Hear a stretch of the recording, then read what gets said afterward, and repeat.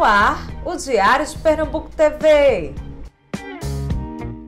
Confira os destaques desta semana. Mulheres negras ainda são as principais vítimas das desigualdades racial e de gênero. Para a gente poder garantir o mínimo de dignidade, a gente precisa que as políticas públicas sejam pensadas, para as nossas especificidades. Em levantamento feito pela Unesco, ao menos 62 milhões de meninas no mundo não têm acesso à educação. Eu ando na escola e faço trabalho em casa. Os países em desenvolvimento, como o Brasil, concentram 97% dos cerca de 25 milhões de abortos realizados de forma insegura a cada ano no mundo. Deputados federais se alteraram na comissão especial criada para debater a PEC 181, que discute um texto com trecho que, segundo os críticos, proibiria a prática do aborto, inclusive em casos de estupro. Eu tinha um namorado e a gente acabou o namoro, não deu muito certo, e aí eu descobri que estava grávida. E aí eu nunca quis ter um outro filho, porque eu já tinha um filho, tinha condição de ter mais alguém ali comigo. E era um relacionamento também que não existia. Então eu optei por não ter aquele filho. E aí a gente procurou um lugar que faz o aborto particular. Eu que gero aquele corpo, né? Aquela vida ali depende da minha decisão. Então, até certo ponto, quem tem que decidir por ele sou eu, porque ele é meu corpo.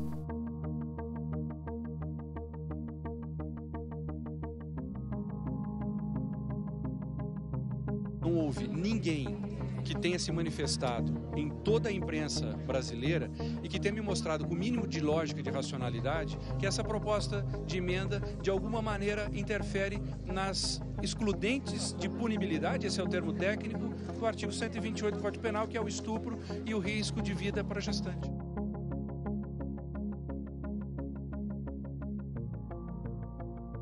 Inicialmente, essa PEC não tinha nada a ver com aborto. Inicialmente, essa PEC se tratava de postergar o tempo de mulheres que tinham bebês prematuros. Então, o tempo antes, que era de 120 dias, passaria a ser 240 dias. Essa era a proposta inicial. E aí, posteriormente, se modificou, querendo alterar um trecho da Constituição, o artigo 5º da Constituição Federal, em que iria incluir como vida o conceito de vida desde o momento da concepção. E aí, a partir do momento da concepção, essa vida seria inviolável. E aí, a consequência jurídica disso era que abortos que hoje são legalizados, que são na modalidade do estupro, abortos decorrentes de estupro e decorrente do risco à vida da mãe, que hoje são permitidos, eles também eles voltariam a ser criminalizados, ou seja, um retrocesso nessa garantia mínima aí do direito reprodutivo da mulher. Quando a gente tem 18 votos contra um, né? Uma mulher votou a favor, né? Que continuasse legalizado. 18 homens votaram contra. E ainda ficaram gritando assim, como é? Aborto não, vida assim. E a vida da mãe, que foi estuprada, traumatizada, que vai ter ali aquele filho. E se a vida da mãe estiver em risco, o que vai ser daquela criança se não tiver a mãe? Ninguém sabe ao certo qual a quantidade de abortamentos ilegais que são feitos no Brasil.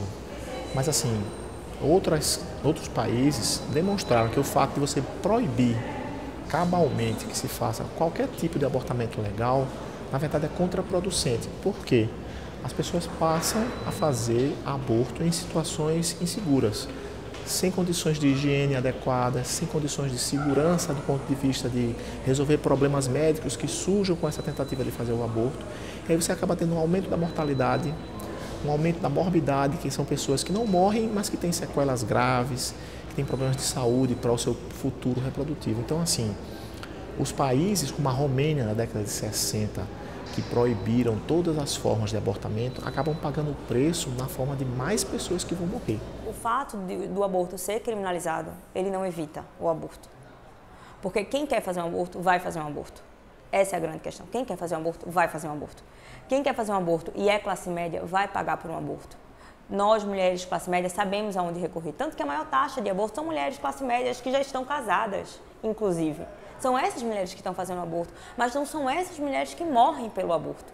Porque as mulheres que não vão ter R$1.500, R$2.000, R$3.000 para realizar um aborto clandestino, porém seguro, porque vai ser feito numa clínica higienizada, vai ser feito com um médico responsável, enfim, que sabe o que está fazendo. Quem não tem dinheiro para fazer isso, vai para o que a gente vai chamar dos açougueiros da vida. Paguei R$3.000 e fiz muito rápido. Saí de lá, no outro dia já estava trabalhando. A gente chega e recebe uma anestesia igual aquela anestesia que a gente recebe no dentista, lá dentro do colo do útero. Chama sucção intrauterina, o nome desse procedimento. E é uma seringa grande assim, uma seringa com as pinças também. E aí ele coloca aquilo ali, ele dilata o colo do seu útero, né? Ele força a dilatação e depois ele suga. A dor que a gente sente é muito pequena, é uma cólica. A gente pode igualar essa dor a uma cólica menstrual. E ele puxa com uma seringa e depois leva até o banheiro e dá descarga. O procedimento é esse. Eu tive uma condição de fazer isso, né? Tive como pagar. Mas aí a gente para e pensa que não tem como pagar. Por ser ilegal, se cobra muito, muito alto por isso. O que é que a criminalização vem impedindo? Nada. A gente tem um contingente de aborto por ano e olha que é uma cifra oculta, porque a gente não tem como saber os números reais de aborto, mas os números que se consegue ter uma estimativa passam de 1 milhão por ano aqui no Brasil. Então, assim, é uma quantidade enorme. O que a gente tem que se perguntar é o que, de fato, a criminalização do aborto, ela traz como consequência. E o que ela traz como consequência é a morte de mulheres pobres e negras em sua maioria. Qual é a fundamentação médica para arriscar a vida de uma paciente num feto anencéfalo? Obrigar a paciente a seguir toda a gravidez, porque a gravidez é um risco, toda a gravidez para um bebê inviável, que é impossível sobreviver sem cérebro. Do ponto de vista médico, isso é um absurdo. Não tem benefício nenhum, só tem risco e não tem benefício. Além do mais, tem um custo para o serviço público. Que vai ter que recepcionar aquele bebê, que é um bebê que precisa de UTI, que vai ocupar uma vaga de um outro bebê que pudesse ter um retorno.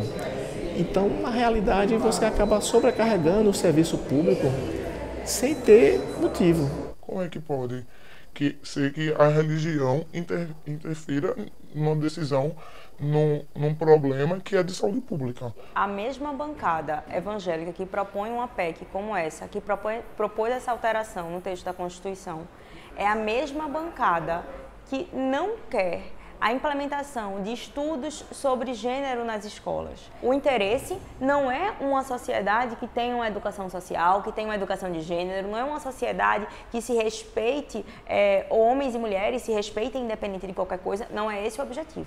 O objetivo da bancada é um controle ao corpo das mulheres. Mais uma vez, o controle ao corpo das mulheres. Eu não acho, como agente de saúde pública, nesse universo da saúde pública feminina, que essa PEC vá beneficiar a coletividade, no sentido de que ela tem um potencial de aumentar o número de mortes, como aconteceu em outros países, porque as pessoas vão começar a fazer aborto em situações inseguras. Então, assim, essa é a nossa opinião, mas eventualmente, se esse projeto for aprovado como lei, nós, como agentes públicos, temos a obrigação de cumprir a lei conforme ela é posta. Eu não me arrependo. Eu faria de novo, se voltasse no tempo, né? Faria com certeza. Aquele momento ali eu não tinha condição nenhuma, não estava preparado de forma alguma para receber uma vida. Sabia o que eu estava fazendo, não fui induzido, eu fiz porque quis. Eu optei pela minha vida, pela vida do meu filho. E eu não tenho culpa nenhuma. não se preocupam. O direito reprodutivo era um direito que caberia quem? A mulher. Óbvio que quando se fala de aborto, não vai se falar de uma forma deliberada, sem qualquer... Por isso que a gente fala em legalização também do aborto. A gente não quer meramente a descriminalização, né? Quando a gente tem com esse debate, sempre atrela a legalização, porque a gente quer um controle sim do Estado. A gente quer que o Estado, ele lide com os direitos reprodutivos, não no sentido de controlar a reprodução da mulher, mas no sentido de dar instrumentos para que essa mulher tanto se eduque sexualmente, né? Mulheres e homens se eduquem sexualmente e possam ter um controle de natalidade próprio, né? Elas possam, enfim, tomar suas próprias decisões. Porque hoje a gente tem um Estado que não oferece esse tipo de coisa, né? É muito fácil o Estado vir e querer agora, mais uma vez, nos retirar esse direito que alcançamos depois de muito custo, quando ele sequer oferece mecanismos para que a gente tenha uma gestação segura. Porque hoje uma mulher que engravida, uma mulher periférica, sobretudo negra, que está lá, dependendo de hospital público, para estar fazendo tratamento que hoje nos postos de saúde, inclusive aqui de Pernambuco, é feito com enfermeiras e não com médicas, e muita gente não tem conhecimento disso. Então, que Estado que se preocupa tanto, se o Estado se preocupa tanto com a vida dessa criança, qual é a qualidade de vida que ele dá para essa criança? Qual é a oportunidade de creche que o Estado vem dando para essa criança? Qual a oportunidade de escola que o Estado vem dando para essa criança? De saúde, enquanto ela está na barriga da mãe. Então, assim, são elementos que, não, ao meu ver, não parecem uma preocupação do Estado, porque o Estado não vem contribuindo no avanço disso. No entanto, quando se trata de controlar o corpo da mulher, aproveita-se uma crise política e vamos ali, vamos voltar atrás. Vamos voltar atrás no que essas mulheres tanto suaram para conquistar. Na Semana da Consciência Negra, mostramos como as desigualdades racial e de gênero afetam experiências pessoais como maternidade e empreendedorismo de mulheres negras. A Data da Consciência Negra diz muito sobre a nossa história, né? Sobre reconhecer nossa história, valorizar, né, a memória dos nossos ancestrais e situar um pouco o lugar que a gente está hoje, né, enquanto pessoas negras, mulheres e homens. As mulheres negras que foram mães, né, não tiveram nem de perto a mesma experiência que as mulheres brancas. Sem dúvidas, uma mãe negra tem desafios maiores do que uma mãe branca. Eu trabalho com muitas afroempreendedoras, com empreendedoras e afroempreendedoras. E a maioria são mães. Hoje a área do afroempreendedorismo está crescendo cada vez mais, mas está crescendo junto com autoconhecimento e com autorreconhecimento da negritude. A experiência da maternidade das mulheres negras foi completamente atravessada pelo racismo, né? Desde o momento em que as mulheres negras chegaram aqui, né, como pessoas escravizadas, tiveram sua experiência da maternidade completamente atravessada, né, por não conseguir viver mesmo essa maternidade, né, porque no primeiro momento seus filhos eram entendidos como produtos mesmo, né, como, enfim, mão de obra, né, e aí depois, com a abolição da escravatura, isso mudou um pouco, mas aí acabou que as mulheres negras tiveram que cuidar de outros filhos que geralmente eram os filhos das mulheres brancas. Então, esse processo da maternidade é muito novo, assim, para as mulheres negras viver a maternidade, né? Poder viver essa maternidade integralmente, que é o meu caso, né? Eu passo o dia todo com meu filho, divido os cuidados com meu filho com meu companheiro. E a gente, enfim, a gente trabalha em casa e fica com ele, e isso é muito novo, assim, né? Eu sou mãe de um casal de filhos, Olivia, de 6 anos, e Vicente, de 2.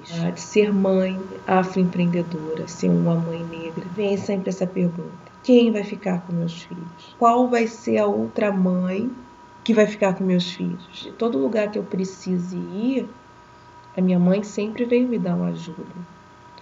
Né? Então, é uma outra mãe negra, uma avó negra, ajudando uma mãe negra. A gente tem muita coisa para conquistar, né? O povo negro em geral, mas nós mulheres negras em especial, né? Porque a gente sofre com racismo e sofre também com machismo. A saúde das mulheres negras está cada vez mais em risco, né? Principalmente agora com a aprovação da PEC 181, né? Que criminaliza o aborto, inclusive em casos de estupro, né? Nós somos as maiores vítimas de estupro, né? E nós somos também os maiores números das mulheres que cometem aborto. Com certeza, essa aprovação dessa PEC vai cair sobre nós, né? Mais uma vez. Então, pra gente poder garantir o mínimo de dignidade, a gente precisa que as políticas públicas sejam pensadas, né, para as nossas especificidades. A creche pública, ela trabalha num horário irreal para a mulher.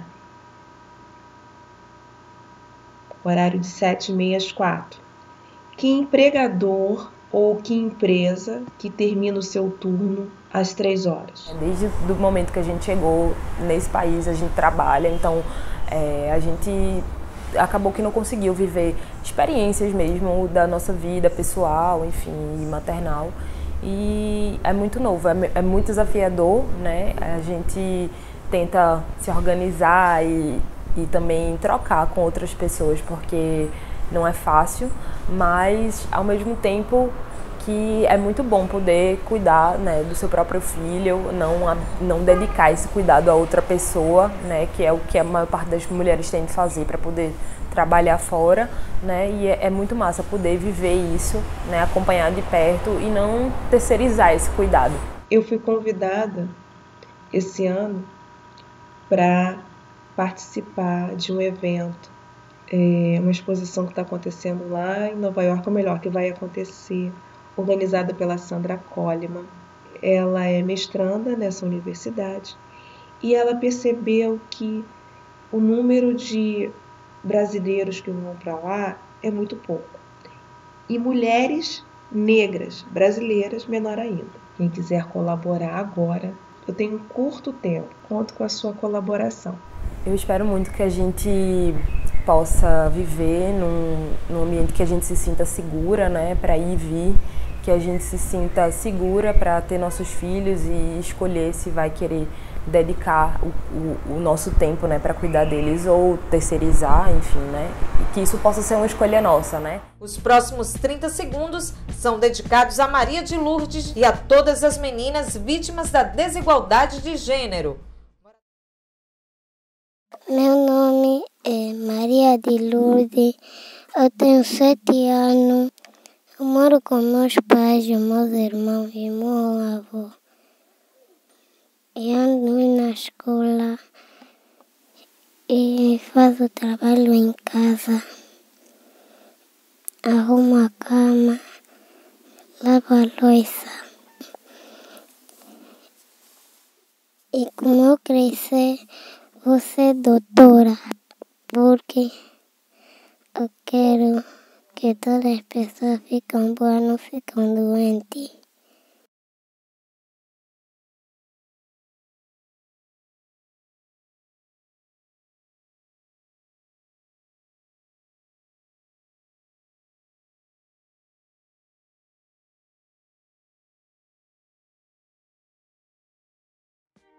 O Diário de Pernambuco TV fica por aqui. Te encontro na próxima semana. Até lá!